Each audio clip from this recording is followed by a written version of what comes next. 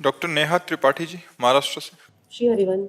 राधे राधे महाराज जी। महाराज जी, पिछले 4 वर्षों से आपके बताए मार्ग पर चलने का प्रयास कर रही हूँ, परंतु एक प्रश्न बार बार मेरे मन में आता है कि शरीर के बहुत से ऐसे रिश्ते होते हैं, जैसे चाचा, मामा, भाई, नंद, उनके बच्चे इत्यादि, जो घर में आना जाना होता है त्योहारों पे, तो पैसे या भेंट आदि का आदान प्रदान होता है। तो महाराज जी, ये अगले जन्म में लेन देन फिर से बन रहा है महाराज जी? अगर वो कभी हम गए उनके घर में। हाँ, अगर इसको काटना तो एक उपाय बता देते हैं।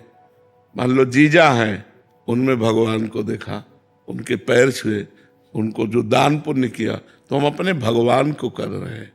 अपने रिश्ते नातेदारों का जो हम आदर करें, इससे बड़ा आदर क्या होगा कि हम आपको साक्षात भगवान मान रहे हैं। भगवान मानकर आदर करे तो वो पुण्य नहीं होगा, वो भगवत सेवा बन जाएगी, और भगवत सेवा का फल भगवत प्राप्ति होती है। तो हम किसी भी रिश्ते नातेदार, किसी भी आए हुए अतिथि या घर के सदस्यों में यदि हम भगवत भाव कर पावे तो कर्म बंधन से हम कट जाएं। इसीलिए हमें सब में भगवत भाव करना चाहिए। भगवत भाव से हमें भगवान की ही प्राप्ति होगी, ना कि कर्म के अनुसार पुण्य बंधन बंधेगा। पुण्य बंधन नहीं बंधेगा, भगवान की प्राप्ति होगी। महाराज जी, जैसे हमें कोई देता है तो ये मान करके कि हमारे भगवान हमको प्रसाद स्वरूप से दे रहे हैं, हमारे भगवान हैं सामने, और मैं बस भगवत भाव सब जगह से बचा लेगा। मेरे भगवान मुझे दे रहे हैं तो मैं उन्हीं की तो शरण में हूँ, चाहे इस रूप में दे चाहे इस रूप में दे। जिस रूप में दे रहे हैं मेरे भगवान दे रहे हैं, और उसका पोषण कर रहे हैं। अपने रिश्ते नाते, पति पुत्र परिवार, सब में भगवान का पावर है। वो जब अंतर ध्यान हो जाता है तो कहा जाता है मर गया। मरता कोई नहीं है, केवल भगवान अंदर से अंतर ध्यान हो जाते हैं। वही तो भगवान आप में भी है, वही है। देखो, आपसे पूछा जाए आप कौन हैं, तो आप इस शरीर का परिचय देंगी, वो आप शरीर है नहीं, शरीर आप है नहीं, शरीर तो आपकी पोशाक है। आप कौन हैं? तो आप देखो, आप अपना परिचय नहीं जानती। आप भगवान के अंश हैं, आप दिव्य तेजो में चिदानंद में भगवान के अंश हैं। पर हम अपने को स्त्री पुरुष मानकर और इसी व्यवहार में रत होकर भूल गए और जन्म मरण के चक्र में पड़ गए। नितिन जी, राधे राधे महाराज जी। महाराज जी, मेरे सामने कुछ भी चल रहा होता है तो सोचता हूँ ये सब माया है, माया का रचाया हुआ है। इसलिए मैं जानना चाहता हूँ कि इस दिखावे की दुनिया से और इस संसार नाम की माया के डर से मैं कैसे दूर रहूं। भगवान की स्मृति, यस्य स्मरण मात्रेण जन्म संसार बंधनात् विमुच्यते नमस्तस्मै विष्णवे प्रभु विष्णवे।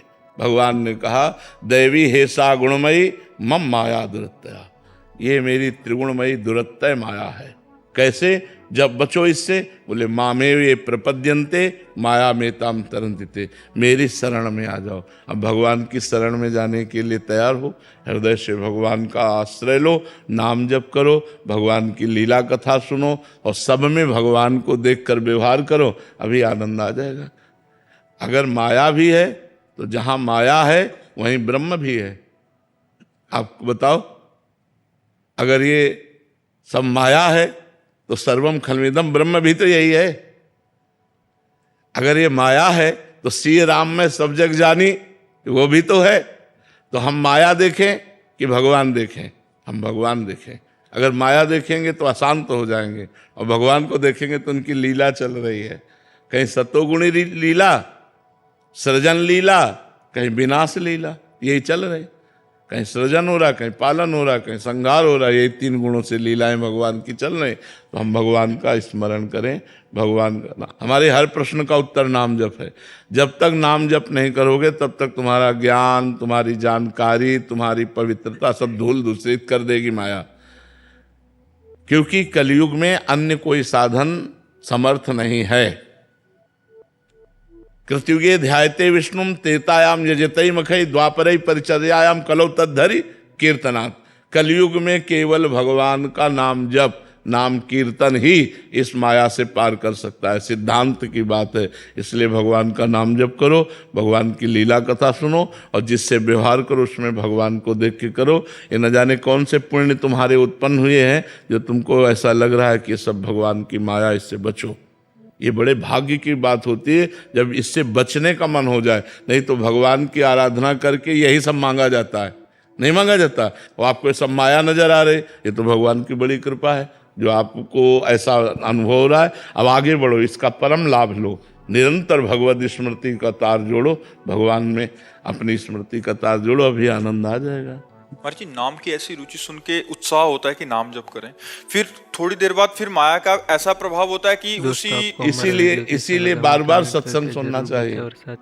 जब बार बार सत्संग सुनोगे तो आपका उत्साह एक दिन पक्का हो जाएगा, और जहाँ पक्का हुआ और भजन डट के हुआ तो आपको स्वाद मिल जाएगा। जब स्वाद मिल जाएगा तो किसी को कहना नहीं पड़ेगा, आप अपने आप चल पड़ोगे। तब तक बाय बाय।